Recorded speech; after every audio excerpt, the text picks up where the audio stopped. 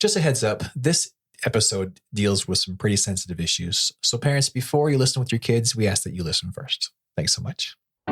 Here comes the sun, doo-doo-doo-doo. Here comes the sun, and I say it's all right.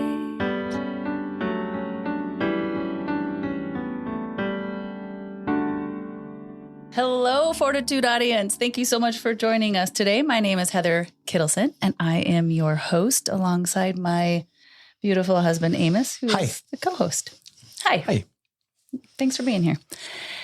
Kendra Russell is with us in the house today, and I'm really excited. We just met for the very first time face-to-face with your sweet husband, Devin. Yes. And having you here is a complete treat for not only us, but for our entire audience, because what you do is a big deal. Mm-hmm.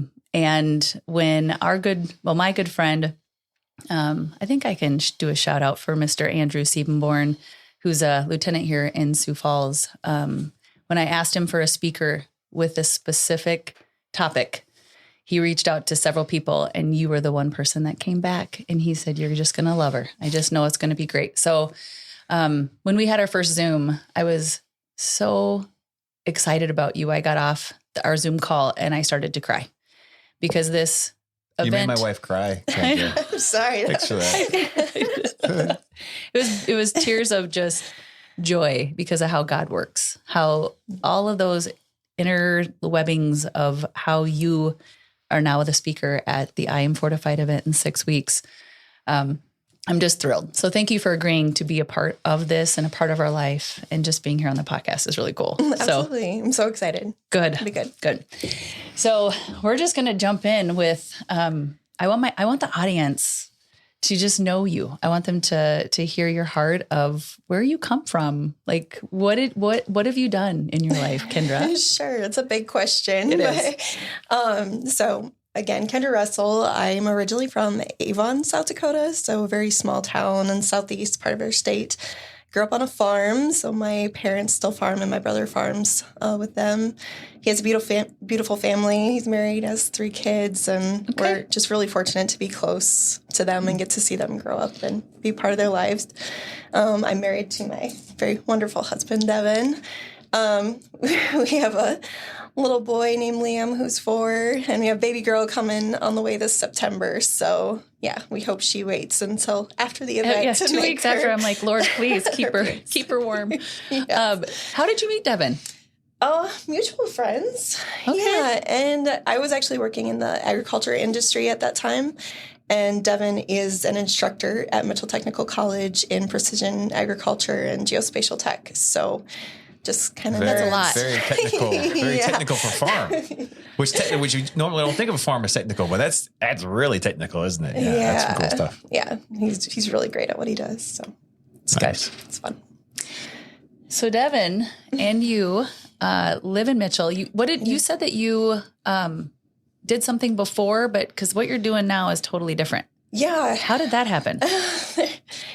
I think God has a wonderful sense of humor, because I had a ton of plans and things just kind of changed along the way. I get that. Totally.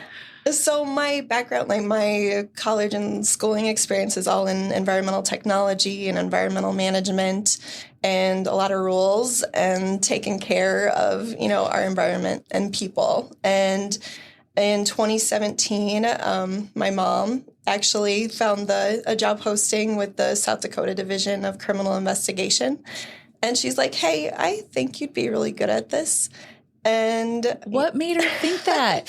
I don't know. She's a teacher, so she's a teacher for forever. She taught at Avon, the same school that I grew up going to. And then when she retired from teaching, she actually worked at Mike Durfee State Prison as a GED instructor. So so while she was working at Mike Durfee, she saw the job posting, state, resources like that.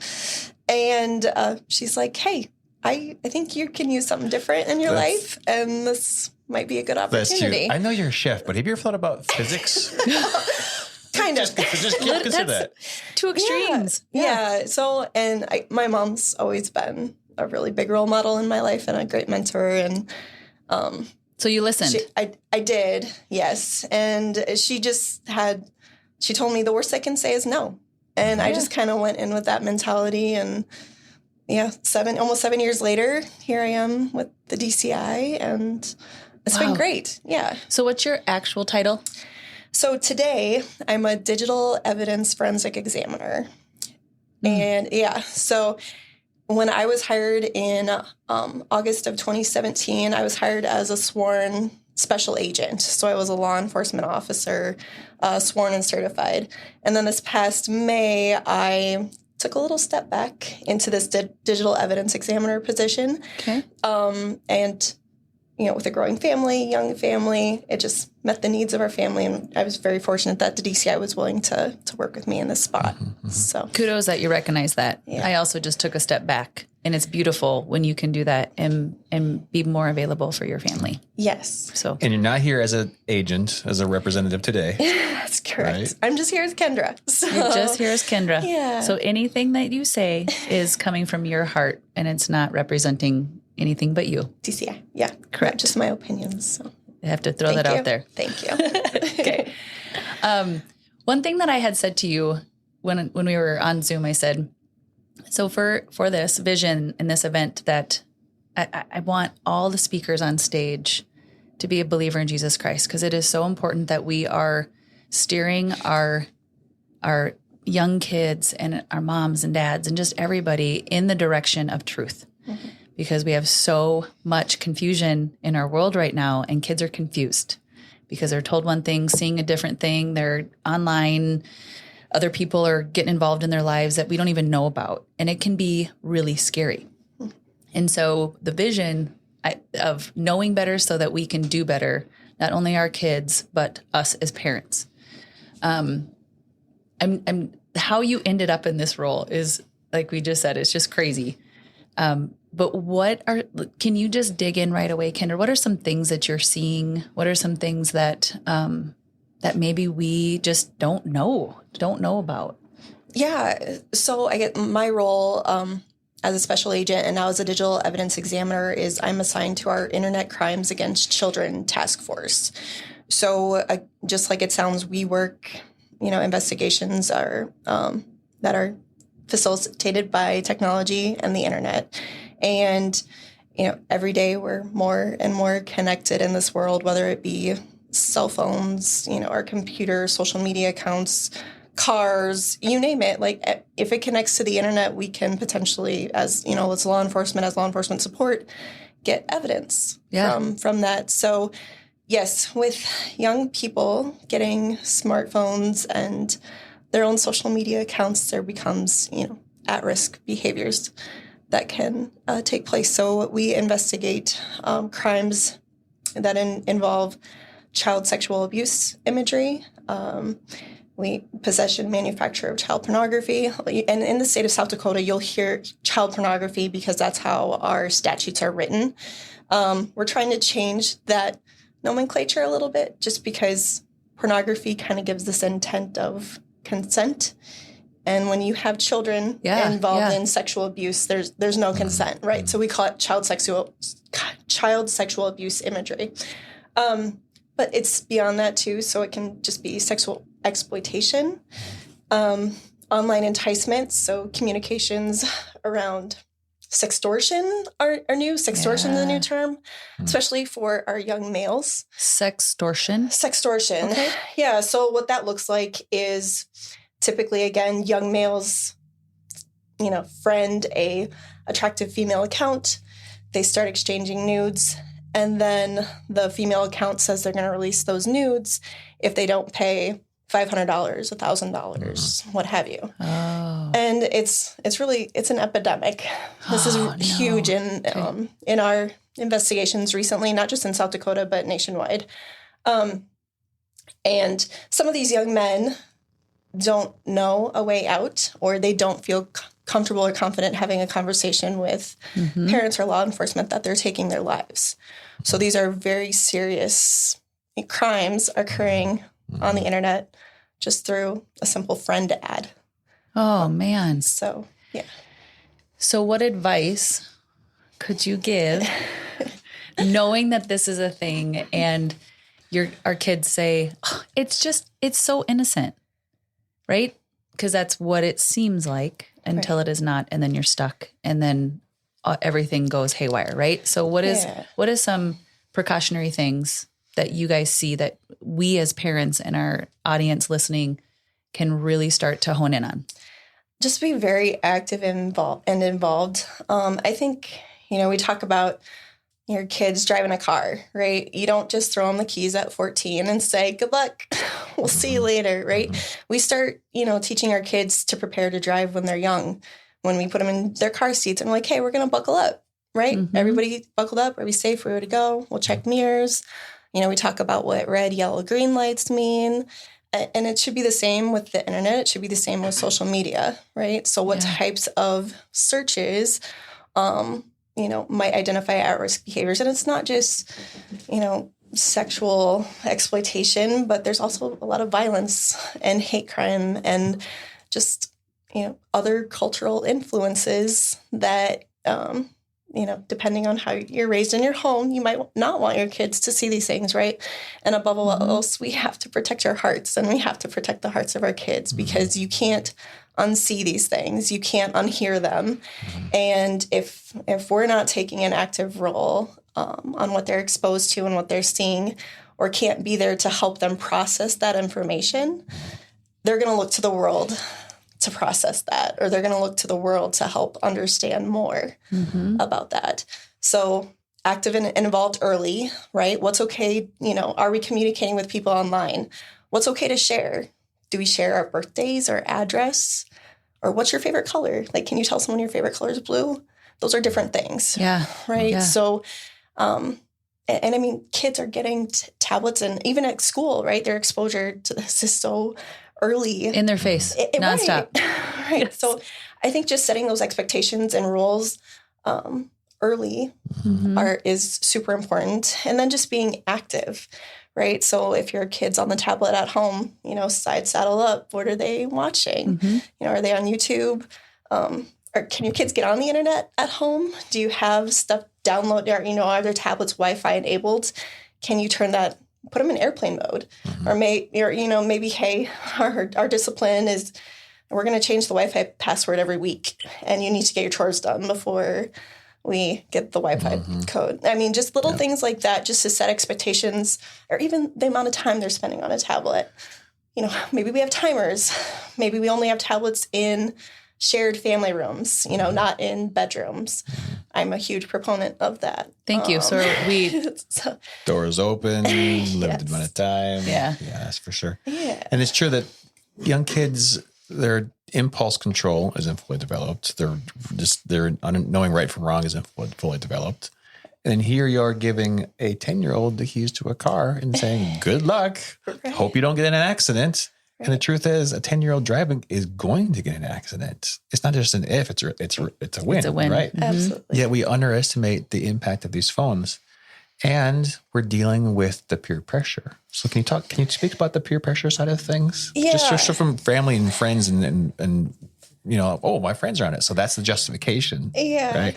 Can you speak to that at all, what you've seen? Yeah, I think that's a great point. I think your social media plan is going to be as strong or as weak as your kids' friends' weakest plan, if that makes sense. Ooh, yeah, it does. Yeah, say it again though. I'm not articulate. I'm sorry. You are. What you get. You are. But the strength of your plan is going to depend on your kids' social media plan and how strong or weak that is. That's huge. Just because when you frame it like that. Yeah, because when mom and dad have rules or expectations, that doesn't mean when they go on that play date or when they go, hang out after school, hey, check this out. Right? It's happened. It's happening. Yeah. Yeah. So what are we to do? How do we? I think we need to normalize hard conversations with our friends, especially our parent friend groups. Just so everyone's on the same page, right? We all have at least similar guidelines, similar expectations. I've been thinking about this recently. Like, we should talk to our friends and say, hey, our little girl is saying they want to hang out with your friend or your daughter online. Is she doing the same thing? What are your concerns? What are your limitations? Is it actually your daughter? Right. You know, like open the door, have these conversations with our kids, friends, parents. Yeah. Right? Yeah. Because there's a lot of kids that are getting phones in kindergarten. I mean, and we're kind of Kindergarten. Yeah. Kindergarten and first grade. Mm-hmm. Yep. A lot of our little kindergarten, first grade friends they have phones already, and you'll hear them say, "I want a phone." Well, guess what? You got a lot of years left there, little lady, because we like 8th grade, like we're on that whole not till 8th grade, until we fully and if you're not mature enough in 8th grade, you still don't get it. It's not an age thing; it's a maturity thing and responsibility. I've heard multiple people say, you hand a phone to a kid, and if you don't teach them or educate them at all, it's like a spaceship. The amount of information or the technology that's in a phone is what sent the man to the moon almost. Like it is pretty close, honey. Something like that. Yeah, you're right. Everyone's not in their head in the room. No, maybe. But I think to myself, whoa, like I wouldn't put Brittany behind a spaceship. And so there's just so much in there. There's so much they can get into. We as human, like as adults, I have no clue how much. I don't dabble because I don't, there's too much input. Yeah. So advice on it, is it similar what you think, or is there a specific things you look at and when you can hand a phone to a kid? I think you know your child the best. Yep. And I think you need to gauge, like you said, their maturity, but also their social and emotional intelligence. Because when little girls, especially, right, are finding value and worth in the amount of likes or the amount of followers they have, that's going to be a problem, right? So they need to know that they're valuable as your daughter and as a child of God, right, first. And that is their identity, and that it's not an Instagram influencer type worth. So, yeah. And that means us as parents, we need to put the phone down. Because next thing you know, it's bedtime and you haven't had the conversation, right? Right. I'm guilty of that too. So I'm not pointing the finger at anyone. I just, but I'm acknowledging that hard thing is after a long day of work, we now go home. We want to watch a couple of videos. Next thing you know, we've not had that conversation, and then it's the next day and then the next day. Is that right? Right, for sure. Yeah. Yeah. And we have, I've thought about this multiple times with our girls because they'll say, well, I see you on it. And that doesn't make it right. So it's a really good, I catch myself because they want attention. They want you to be with them. And phones are taking so much from our homes. They just are. Everyone knows this, but it doesn't stop. right. Right? So we have to, our behaviors in our own homes need to, I guess, we need to model it for our children. Otherwise, we're not setting them up for success. And so you speaking about that at the event will be beautiful because it's really about who they are in Christ and away from worldly ways and more of kingdom way. And so I love hearing you say that is it's how it gets in our brain, the likes, the who's paying attention to me. Wow. It even happens to me as an adult. Yeah. And I think especially for families with older teenage kids who've probably had phones for a while and want to make that change, maybe we make that a family change. Or maybe you say, as a mom, I'm spending 4 hours a day on my phone. That's too much. And I need help with this too. So can you help hold me accountable? Or, maybe our Instagram, we set up timers. And once that timer's off, I need you to, hold me accountable and make sure my phone goes away. Are you talking about an external, like a physical timer, or a timer on your phone? So Instagram, you can actually set up a timer, so it'll actually keep track. But you just hit, okay, my timer went off, and I'm like, keep scrolling, right? But I think having another person accountable, and maybe that's a daughter, right? Who's like, hey, we're going to do this, we're going to get better together so that we make the most of our time, or just very intentional with our time, or even with our spouses, right? Because it's easy to go to bed and chill and It is. scroll versus Yeah, talk. we say sometimes we do that at night, and I say, "Oh, just another 50, just another 50 videos." Then we'll go to bed. Right. 50. Just a couple. I'd be like, I'm out. Not just one more. Just another 50. We'll go to bed then. There's some good practices, right? Like all these good practices you're talking about. Can you give an example of some of the worst and some of the maybe safer? Some of, like, when I'm talking apps or games or just anything that you guys you're pulling more of the dangerous stuff, the stuff that is easily exchanged, and maybe an alternative that is a better. Sure. So any game, as innocuous that can be, we talked a little bit about Roblox. If you can have one-on-one communications, that's a red flag, right, for kids, because predators know that, right? And they know that these games are typically geared towards children. So they know kids are playing the game and we'll start those communications. And then you also look at, hopefully you're setting up those accounts with your kids. So you're choosing their email address or their profile names, right? So if you, have like 8-year-old fun girl as your profile name, is that really an 8-year-old fun girl? Or, just know who your friends are. We talk a lot at like Facebook, and I know Facebook's kind of old for some of our younger kids today's, but Snapchat, Instagram, things like that. You should know who you're friending. They should not everyone in this world has good intentions for your life. And you should know who your friends are. And it usually comes through that. It usually comes through a friend request, and they're like, oh yeah.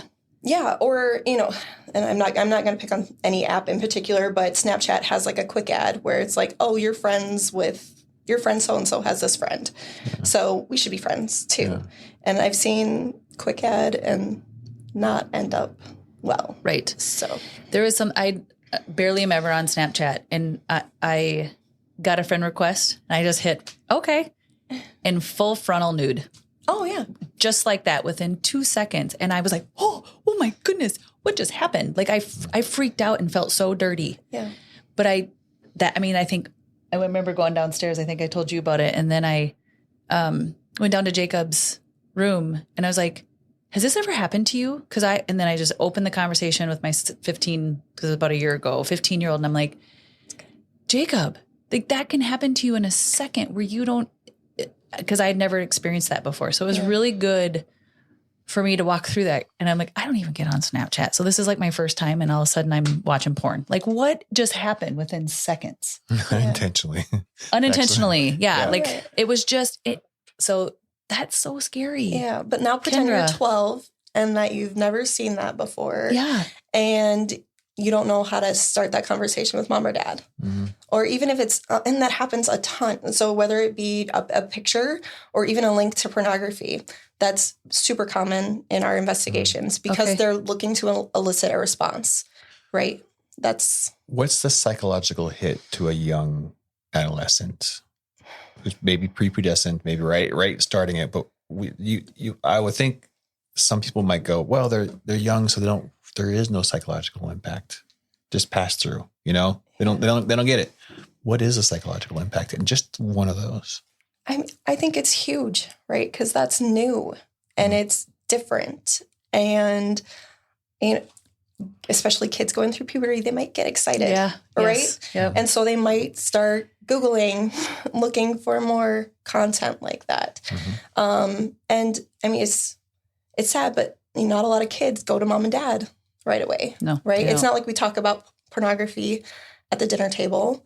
So it's just being, we don't want to put the fear of God in our kids, right? We want to have a relationship that's open, that even when bad or scary or inappropriate things happen, we're still the first person that they run to. Right. Right. So, if that situation shows up, I want my son or I want my daughter to be like, hey, this just happened. What do I need to do? Mm-hmm. Or I want to have had a conversation that beforehand where, hey, if you see anything that makes you confused or upset or you just uncomfortable, I want you to come talk to me first. Yeah. Right. Let's figure it out together. first, and then we'll create a plan forward of how we handle it, right? Because I don't want them to freak out and start going down rabbit holes of Google to try to either find more or, or let the world or whoever sent that picture explain that, hey, this is what it is and this is what we can do. So, what do you, I've heard this as argument. Well, you can't shelter your kids. Can't put them in a bubble. Like that's the permission to allow these things to happen. What's the consequences of having that type of attitude and those words coming out of your mouth? You can't shelter your kids. But we do, right? I mean, and until they turn 18, they're our responsibility, and especially their actions online too, right? Yeah. And it's not, I mean, if they're sharing images like that of themselves, that could come up later in life too. Yeah. And we don't want that to happen. Right. So I think it's super important that, and I don't know if it's sheltering, isn't it just parenting? Right. Yeah. That we're preventing them from seeing inappropriate content. Like I don't want to see I don't want my son to see extreme violence or hate or, other profanity, like all these other things on TV or anywhere. Like it doesn't just have to be social media. Right. So if I can parent or help him understand that, hey, this is inappropriate content and I don't think you're ready to see this yet. So we're going to make a decision to turn the channel, or we're going to make a decision to watch something else that's appropriate for all of us. I think it's parenting. I don't think it's sheltering. Yeah. Right. Thank you for that. Right. Don't be sorry. We're Don't aligned. We're synced. Can you speak a little bit about YouTube? Yeah. So we've been seeing YouTube, like young kids posting more to YouTube lately. And I'm not talking YouTube kids. I'm talking YouTube, and there's obviously conversations that are going into leading to what's being recorded, right? Because a lot of times we're seeing young kids who are recording themselves in various stages of nudity. And I believe they're being coached, right? Because this isn't normal kid behavior. And again, I think it goes back to your value and worth and likes and followers and taking direction. And, some kids are bribed easily with games or, stuff, coins for Pokemon Go, right? I'm going to send you this if you create a video for me type of thing.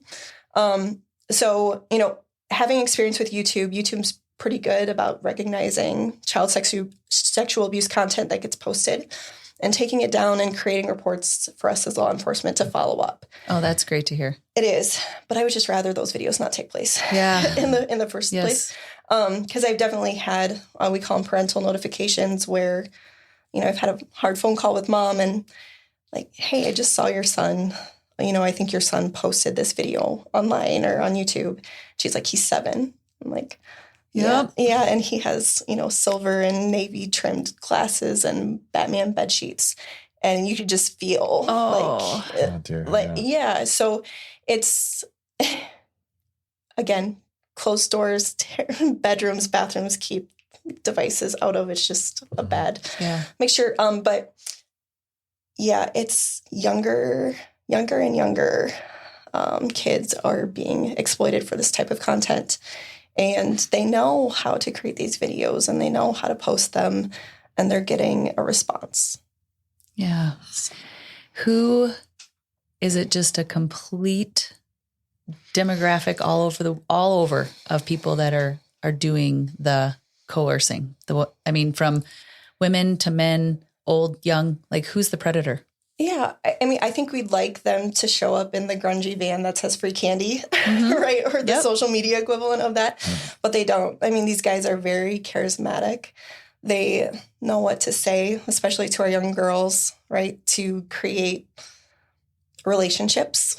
And these girls trust them. Yeah. And to them, it is a real relationship. And they are showing love and showing affection by sending this content to them. So no, there's nothing. No, it's, and I think a lot of times it's a crime of opportunity. Is it out of 100 people, predators, how many of them are men? The vast majority. Is it like 99 of them? in my Kendra opinion. Yes. And you're in my that's Kendra fair. opinion. Yeah. It's not 100% though. Correct. Not Is that 100. Yeah. Yeah. So don't just assume Right. because it's a woman. I lost my train of thought. Go ahead, Donnie. What does it look like when you get to that end? You're like, okay, we're getting close to busting this guy. Mm-hmm. What is like the percentage of those that you start to follow that you're able to actually capture, and what happens to them? Do they get put in jail? Are they like slapped on the hand and they get to go back? Like what happens? Yeah. So, no, I mean, they get charged, right? And then they go through the court procedures just like anything else. And, typically we can work stateside or we work very closely with our federal law enforcement partners as well. So yes, we want people to be held accountable for their actions, and each case is different, and that's their, Yeah. That's for the punished domestic appropriately. ones. Is there a fair amount of international? It's just outside your reach. There are. So when we locate those sources, that's when we can work with FBI or HSI, and they have different specialty groups that, work. Again, we talked about those like sex extortion cases. A lot of those are geolocating to Nigeria or the Ivory Coast, and so they have special groups that work those and focus their That's good to attention hear that there. there's still something that can be done there. Yes. I'm looking at AI quite a bit, large language models, how interactive they are and how useful they can be. Yeah. What are you seeing in that space? So we are seeing some generative AI child sexual abuse images and media content that's being produced. I will give kudos to our Attorney General, Marty Jackley, and our legislators and our ICAC group and community. They had the foresight to get some new legislation put through where if AI is used to generate child sexual abuse images or video content, if they're indistinguishable from a child, they're held to the same standard. So, kudos to our state for how that. about likeness, AI likeness? I'm sorry. Like putting someone's face. Oh, yes, the deep fakes. I think that also translates to that as well. But again, it just depends on age, right? So it has to be a child, or we have to say a child, or, not age difficult child.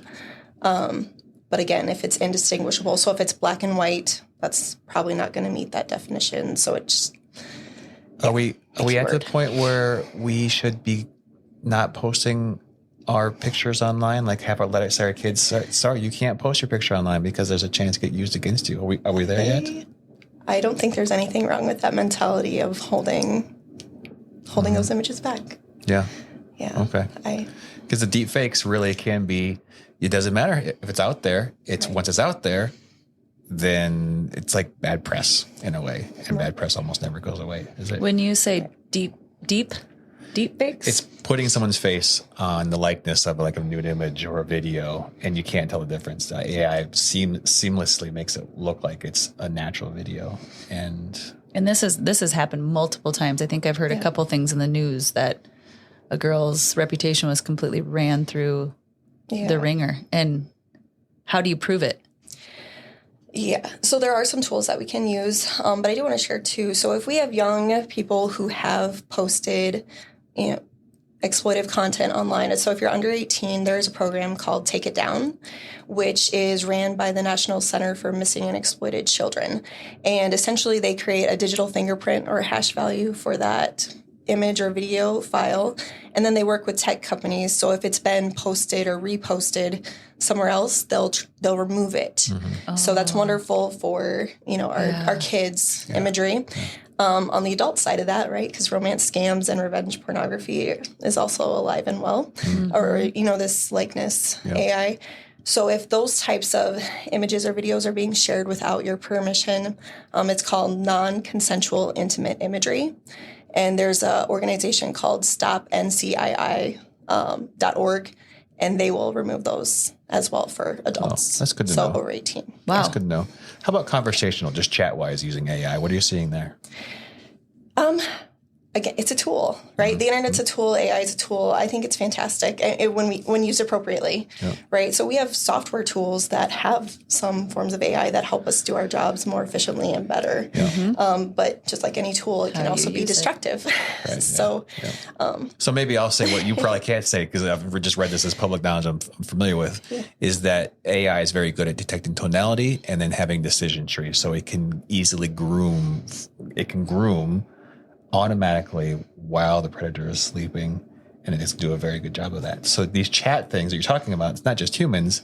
right. It's a not a reasoning, well-understanding, well-programmed machine that can do a better job sometimes of humans of grooming just over time. And they've got endless patience. It makes my hair stand on end. It's sickening. But it's true. It's out there, and it's all the more reason to just not let closed doors conversations happen behind closed doors, screens behind closed doors, to be intentional, to have this conversation with your kids, to tell them about that exact thing. Maybe there's an AI out there that's out to get you, that wants to do this, and you've got to be careful. Just gross. It's hard. It's so hard. And they're becoming embedded in these apps too. It's just another feature, right? Yeah, they are. It's just another friend that you can talk to. Yeah. So. Yeah. And you taught, I think, Brittany to talk back and forth to the AI, right? And have a conversation. With one of my AIs. Yeah, sure. Yeah. Right. Well, they're safe and unsafe. So it is like our kids are going to grow up in the world that they don't know AI. Like a lot of kids won't know a world without the internet. The same thing with AI as well. So some slow adoption, good and bad. Here's how you use it. Here's great new ways to use it. Don't be afraid of it. It's coming. Yep. But make sure that relationship with Christ is first, and don't let this be your God. Yeah. That's huge. Man. You're going to teach them all this stuff, right? Since you're in technology. Got this, honey. Okay. I got this. I'm like, my brain is just blown. I'm sitting here going, oh my goodness, I'm so scared. But yet we're not supposed to be scared. We just have to have best practices. We have to be taught. We have to learn. We have to just err on the side of caution, right? Like we know it's happening. So just don't be oblivious to it. Don't pretend it's not going on, right? Right. So when you go into these schools, because Kendra, you speak to parent groups, you speak to schools, you speak all over about this stuff. I do, yeah. Yeah. What do kids come up to you and say afterwards? Do you find that they are more intrigued and more excited about going, okay, now I know? Yeah. Or what is their responses? It depends. It's interesting. It's always fun to see how I'll be, respond. Yeah. Approached afterwards? Yeah. Uh-huh. So the young kids are great. And we just talk about how to be safe online, what's okay to say, what's okay not to say, what's okay to post, what's okay not to post, things like that. Middle schoolers are tough. And I don't want to teach them anything through or potential at-risk stuff that they can find online. So that's kind of the hardest group, because you never know what one fifth grader to another fifth grader, what their exposure is, right? Right. And even though we're seeing, our true predators, that's like the age range that they go towards, right? Yeah. And it's not, when we look at the high school age, the 16, 17, 18, that's like, we see more juvenile sexting where they're, sexting between boyfriends, girlfriends, things like that. And, to them, social media can be used as a tool, right? Mm-hmm. And especially when we have kids that are going to be graduating soon and applying to colleges or applying for jobs. One of the first things we do with applications, we do a quick Google search, right? Mm-hmm. Yeah. So knowing that, this should absolutely be your resume. This should be your highlight role. Show, how your football team did, your science fair project, your dance routine, whatever you are, that's okay. Post that, do you. But just know that this information is out there, right? Or when you do those Google searches, what comes back? Do you like what that says about you? Does that paint you in the best light? And so it's not, I don't want them to be afraid, but I want them to know of potential risks. And we talk about juvenile sexting and exploitation. I had one talk where I had a young man come up to me after. He's like, I wish you were here 3 days ago. And those are the hard, talks. And we got it taken care of, right? Yeah. But I was so grateful that he was able to approach me after that. That's good. Talk. So how how what's the word? How well did some of these internet anonymous You want to try again? It's here. Like delete me that takes searches for your name, personal information, tries to take it down. How effective? That's the word I was saying. Effective. How effective are those? I don't have a ton of experience with that. I think some of them are better than others. But if it's not out there in the first place, we don't have to worry about it. Yeah. And that's so true. And I think that's where we want to start from. Right. Delete, something like that. Not a sponsor. Delete me, not a sponsor. More like a Band-Aid, like a catch, like a safety net. But let's just not make sure it's not out there. Really, that's we use this for just because there's always database breaches, you know, and to catch those. Before we started the podcast, we were talking about we don't want to live in fear. Right. We just don't live in fear because we serve a great God, and He wants to have peace, joy, and happiness. He wants us to have those things. And so after this conversation, I understand people could be living out of fear, could be making decisions out of fear. Can you help turn it around for our audience and just coach them how to think? I think it's really important in our digital world to have expectations and goals as a family. And it's not just for our kids, it's for us too, because they're going to, if we say, hey, you only get 20 minutes of tablet time and we spend 4 hours on our phone, that doesn't work, right? That doesn't model how this is going to work when they grow up, right? Yep. And again, our time is so limited and so short. And do you want that 4 hours to be on YouTube and Instagram, or could that be 4 hours with our kids? Mm-hmm. And time is a thief. It is. I always say, if instead of sitting there and admiring or being envious of other people's lives, go get involved in your own. Build your own. Put it down. Go love on your kids. Go be with, versus just sitting and scrolling through other people's lives. Go build your own. Or, if we're going to have, or if we enjoy tech, right? And we do, we're a family that enjoys tech. Find a way to make it a family affair, right? Do the Pokemon Go stuff. We're Pokemon Go people. We do raids. We have nephews who super into that. And so we're Pokemon Go people, but we find a way to make it a connected activity. Or, if your girls want an app and you said, right, you're not familiar with apps, or download the app yourself, right? Yeah. What type of content is getting exposed to you? Are people DMing you? Like, who's talking to you? Who's talking to your girls? Yeah. Maybe jump on Roblox. Exactly. Play with your kids. Mm-hmm. Right? So I think, again, just don't be scared of it. Don't be scared of it, but and embrace it in a smart way too, where, if we're getting weird messages from Roblox people, hey, maybe this isn't appropriate for us. Maybe we find another game that we can play as a family. Or maybe we find a way in the settings where we can't communicate with people. I found those settings. I'm more technical savvy. Yeah. They're not easy to find. Where can someone go to find where the settings are? Like, is there a repository somewhere can go to help parents through these settings and filters? I will share some of that at our event at Fortitude. But yes, and some of them are buried for a reason, right? Mm-hmm. Too.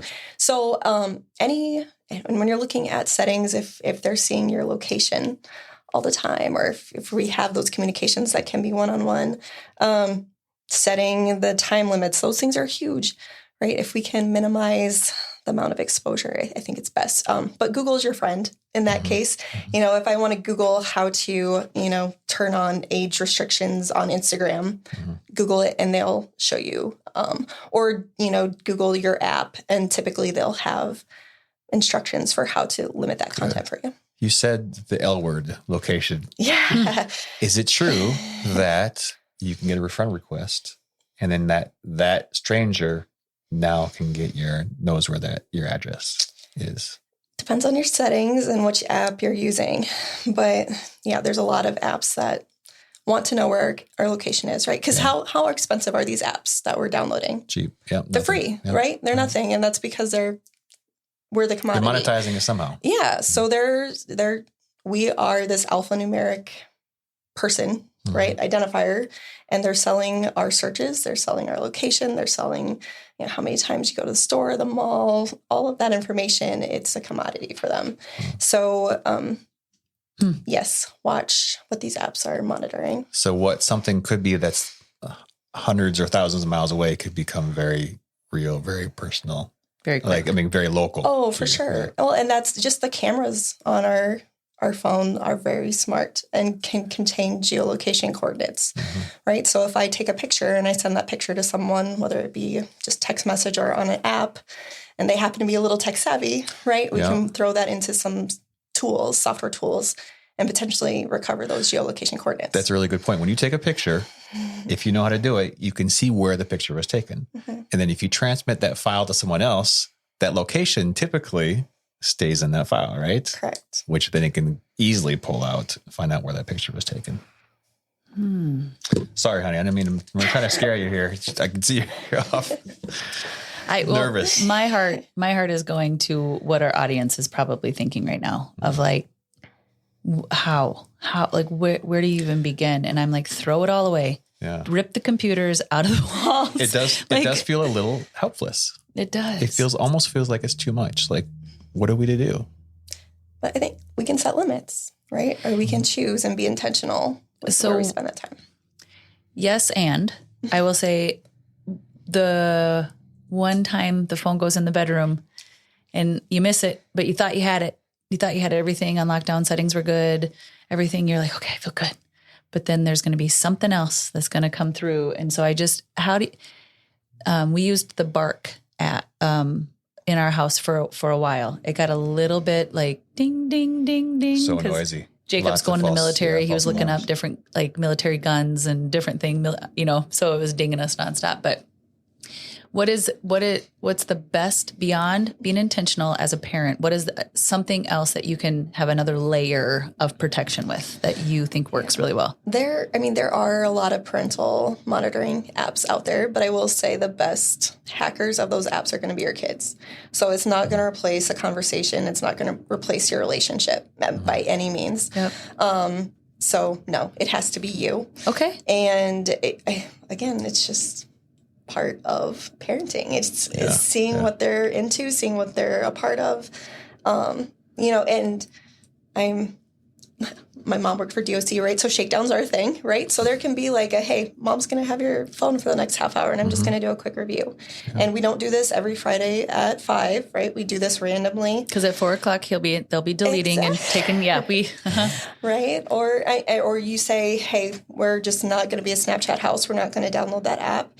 So it's pretty easy to just download that app or, delete it or delete the app, when you get home from school. So way to check your batteries, see which apps your battery are taking up.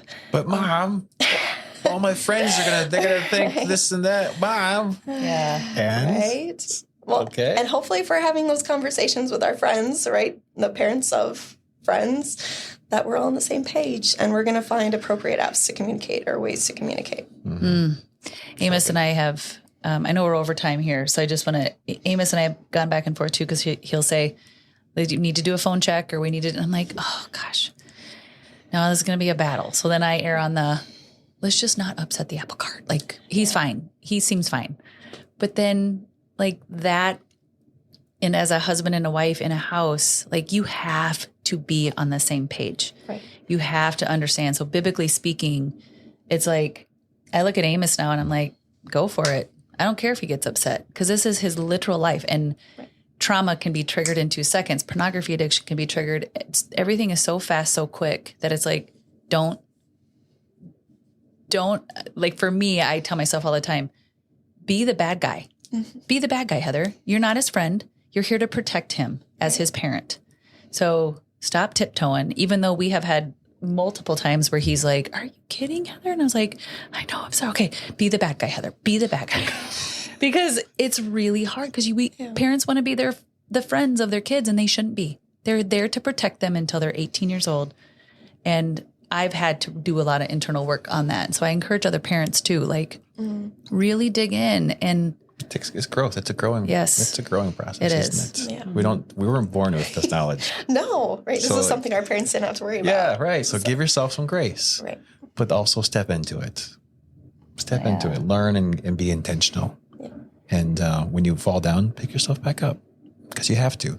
Last time I checked, Ephesians outlines this hierarchy. God, leader of the house, leaders, kids. That's the hierarchy. Like that's God's designed way of it's supposed to go. And so put your big leader pants on. Big leader pants.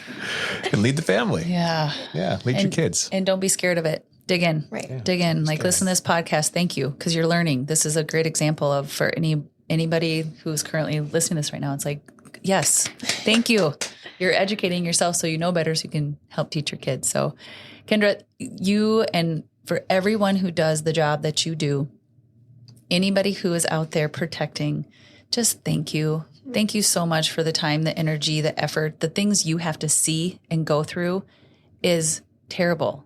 I mean, so even from your husband's standpoint, like to support you in that, because it just would be really hard. And so from the bottom of our hearts, thank you. Thank you for what you do. Appreciate that. Thanks. Thanks for being here. Thanks for being here. This is fun. Thank you so much for listening. We want to change lives through this podcast. And if you want to support this podcast or our guests, please see the links below for our Patreon and giving links. And like and subscribe and also share our podcast as much as possible. Thank you.